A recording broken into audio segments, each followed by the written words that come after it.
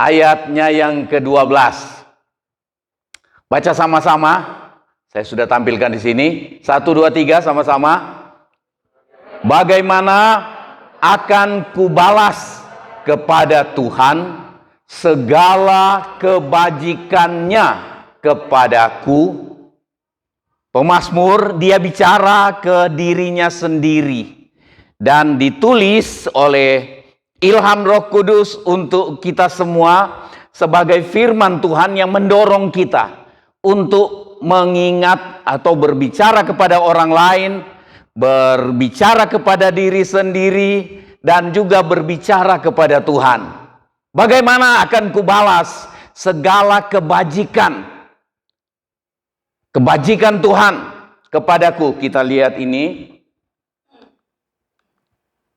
Bagaimana membalas kebaikan Tuhan. Jadi ayat 12 yang kita baca, bagaimana akan kubalas segala kebajikannya kepadaku.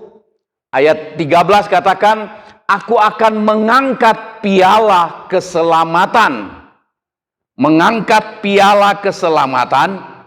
Kemudian dikatakan, itu yang pertama dikatakan di situ, dan akan menyerukan nama Tuhan. Kita bicara di toko, dimanapun kita ada, kita bicara tentang kebaikan Tuhan, menyerukan nama Tuhan. Kita memuji Tuhan seperti yang kita lakukan tadi, kita menyerukan nama Tuhan. Menyerukan nama Tuhan dengan segala kebesaran, kemuliaan, kebaikannya. Begitu. Nah, ayat 14, bagaimana membalas kebaikan Tuhan? Mengangkat piala keselamatan, menyerukan nama Tuhan. Ayat 14, dan akan membayar nasarku kepada Tuhan di depan seluruh umatnya. Nah, kalau kita lihat sepintas lalu ayat ini, bagaimana membalas kebaikan Tuhan, dalam ayat 13 dan 14 itu diungkapkan 3 hal. Tapi kita mau bahas 1 hal pagi ini. 3 hal yang dimaksud, saya ada taruh tanda itu. Mengangkat piala keselamatan. Piala keselamatan sebenarnya di masa perjanjian lama adalah piala yang berisi anggur sebagai kekaguman akan pengampunan, sebagai ucapan syukur. Untuk terjemahan lain katakan mengangkat piala penebusan. Jadi pagi ini kita diingatkan kembali melalui perjamuan kudus untuk penebusan. Mengangkat berarti rasa kagum dan rasa hormat. Nah, itu yang kita akan bahas sebentar. Tetapi ada kedua, dan pertama kedua ini sudah menjadi satu, menyerukan nama Tuhan. Tetapi yang ketiga, membayar nasar kepada Tuhan. Kita ini ada banyak janji kita di dalam hati kepada Tuhan.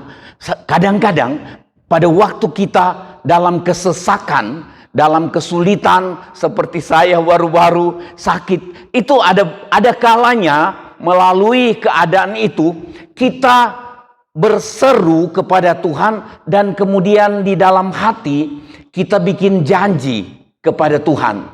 Janji kepada Tuhan itu nasar. Nazar. Ada tulisan nadar, dari inilah nasar. Nasar, janji seseorang, janji manusia, janji seseorang dalam kesungguhan hati kepada Tuhan. Itu sebabnya Tuhan bilang jangan sembarang bernasar kalau tidak digenapi. Tuhan katakan di ayat yang lain, kalau kita bernasar sesegera mungkin kita genapi. Karena rupanya sudah terbukti, ketika kita menunda menggenapi nasar, seringkali kita ada terpojok sampai kita sudah sulit mau membayar nasar itu.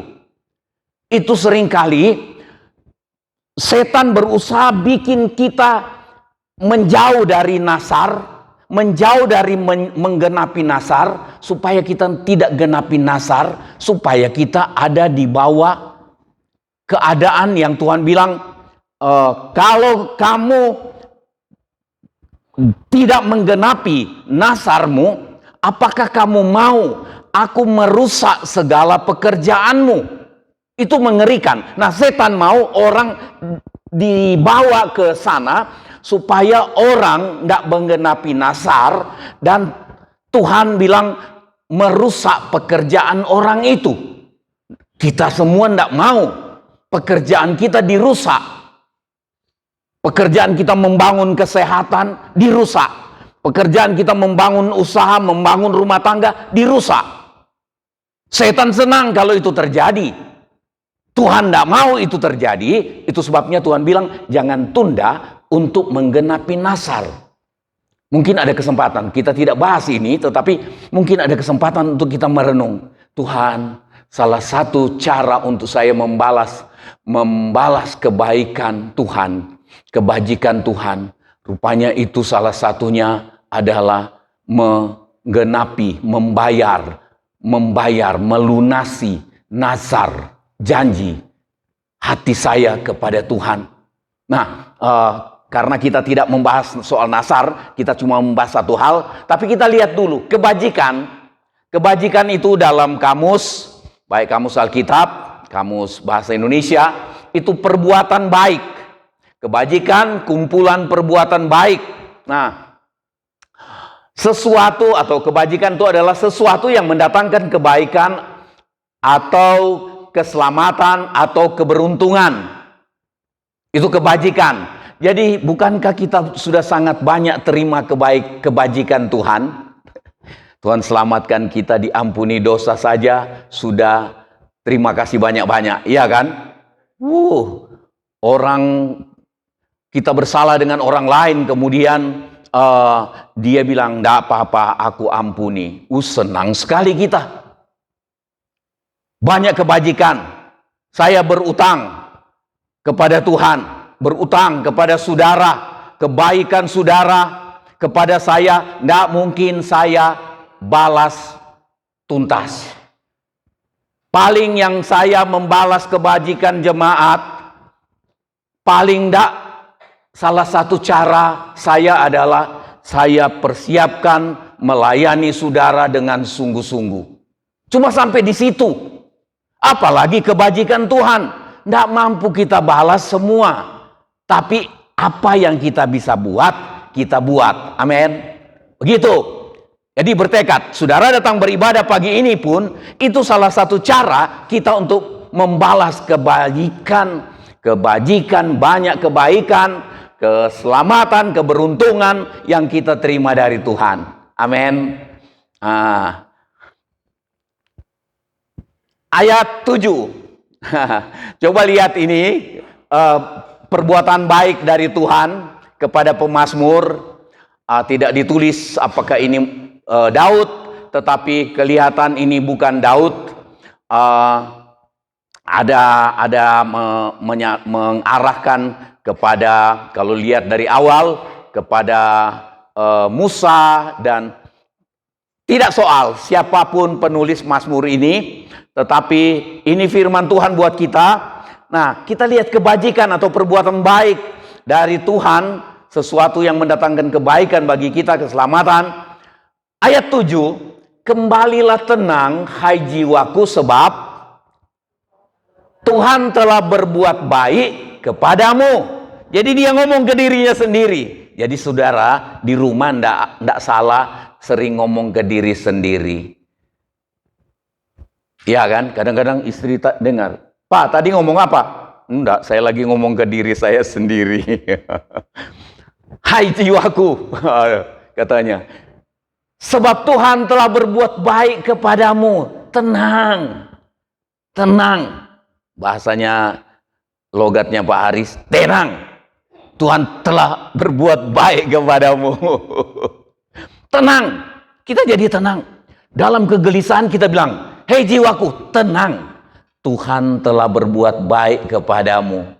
Kalau dia telah berbuat baik, maka dia akan berbuat baik dan terus berbuat baik.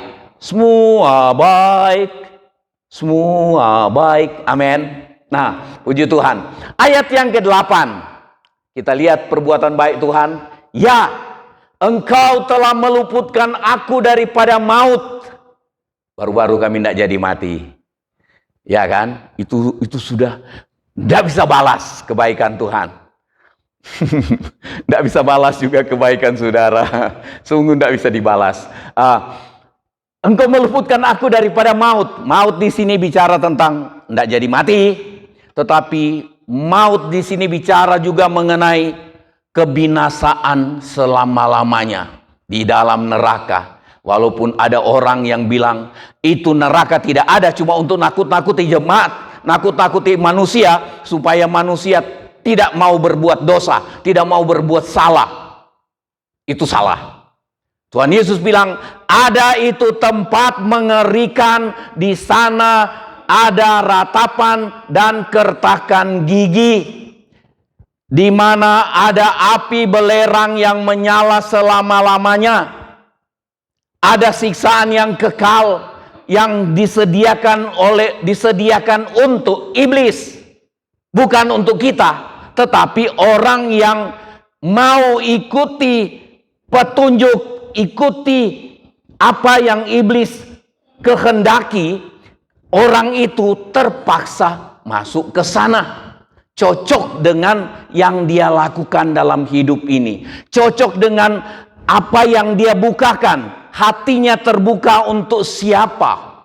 Kalau dia terbuka untuk Tuhan, maka Tuhan tuntun dia dengan firman menuju ke tempat yang kekal bersama dengan Tuhan. Kalau dia terbuka untuk segala macam yang dari iblis, maka hatinya dipenuhi dengan keadaan yang cocok buat dia tinggal bersama dengan iblis di dalam kengerian yang selama-lamanya itu. Itu sebabnya kita bertahan beribadah, kita bertahan iring Tuhan, karena kita tidak mau, karena kita mau supaya kita pergi ketika Tuhan panggil kita pulang, kita pergi tinggal bersama-sama dengan Tuhan selama-lamanya. Amin.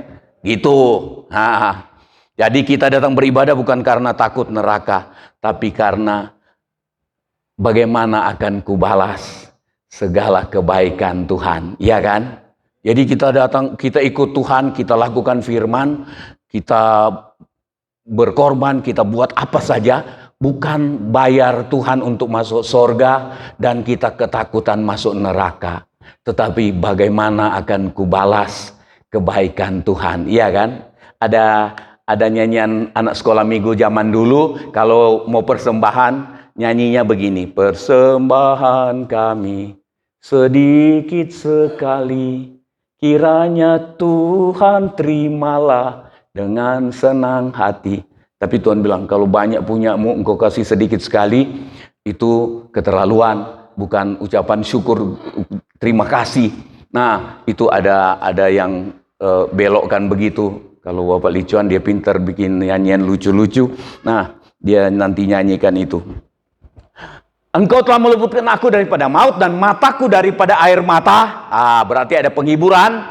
Dan kakiku daripada tersandung. Ini kebaikan Tuhan. Nah, ayat 9. Dan aku boleh berjalan di hadapan Tuhan di negeri orang-orang hidup. Itu berarti di kekekalan bersama dengan Tuhan. Amin. Itu yang kita sudah terima dari Tuhan. Mulai ayat 7 sampai ayat 9 kita sudah terima dari Tuhan.